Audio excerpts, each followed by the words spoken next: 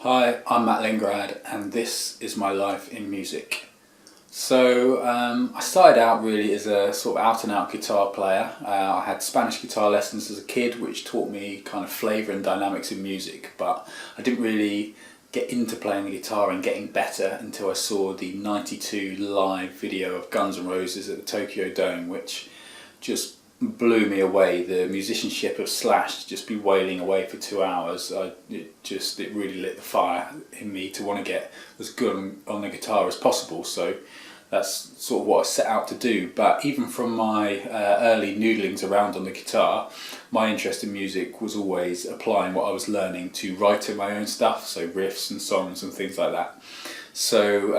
From there, I started to form bands with my friends, and then later on, people you just meet and try and get something off the ground. But it's really difficult to push forward in a band, especially once you stop playing with your friend group, because it's very difficult to get the chemistry and dynamics right in a band. And then once you don't have that, it's then a real hassle to sort of maintain getting everyone on the same page with rehearsals and playing live and things like that. And really, I got to the point where I wasn't particularly happy with being in a band. And I got to my early 20s, and around that time you have a few more kind of taxes on your time, which means that being in a band is tricky or trickier. So really, it was a natural progression for me to pick up the acoustic guitar and start writing music on that. And that was a real breath of fresh air for me, because it meant that I could have the maximum creativity with the minimum hassle. And that was fantastic. That pushed me on through that sort of creative barrier and allowed me to just be creating all the time. But then you get another new significant barrier, which is that you have to get your head around playing live on your own on stage, as opposed to sort of hiding in a band.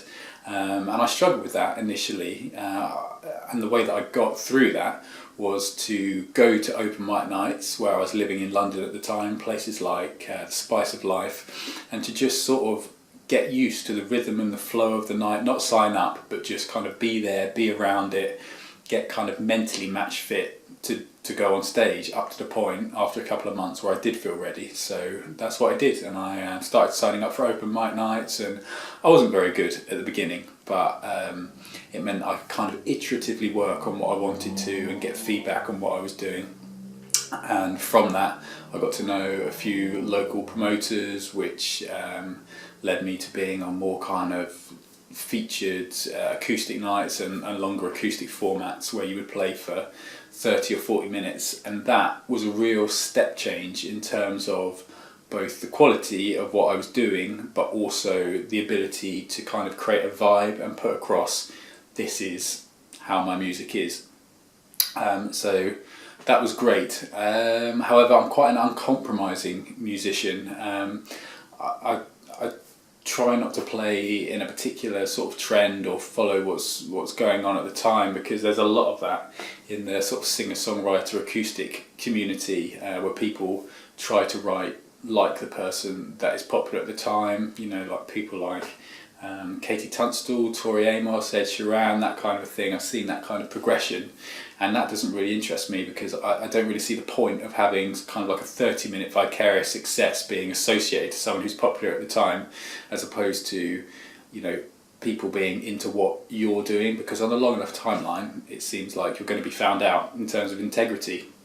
However, that presents itself with a new significant barrier, which is where I am at the moment really, which is how to push on through that to the next stage. So for me, I send out emails and contacts to little festivals here and there, which, I've played a couple of minor things, but really my level at the moment is playing that 30 to 40 minute featured kind of artist slot. So for me to push forward, I either need to do more on the social media side to kind of almost monetize and create that sort of niche base of people that are into what I'm doing, or in a more traditional sense, perhaps get better known with local promoters and things like that. So That's what I'm working on at the moment, and there can be some frustration around that, pushing forwards, but at the same time I'm not that frustrated because I'm doing what I want to do. Like I say, I don't compromise in the way that I'm creating, and I'm setting out to play the music that I write, and that's what I'm doing. So I love playing music, I love to play the guitar, and I think I always will, and that really is my life in music.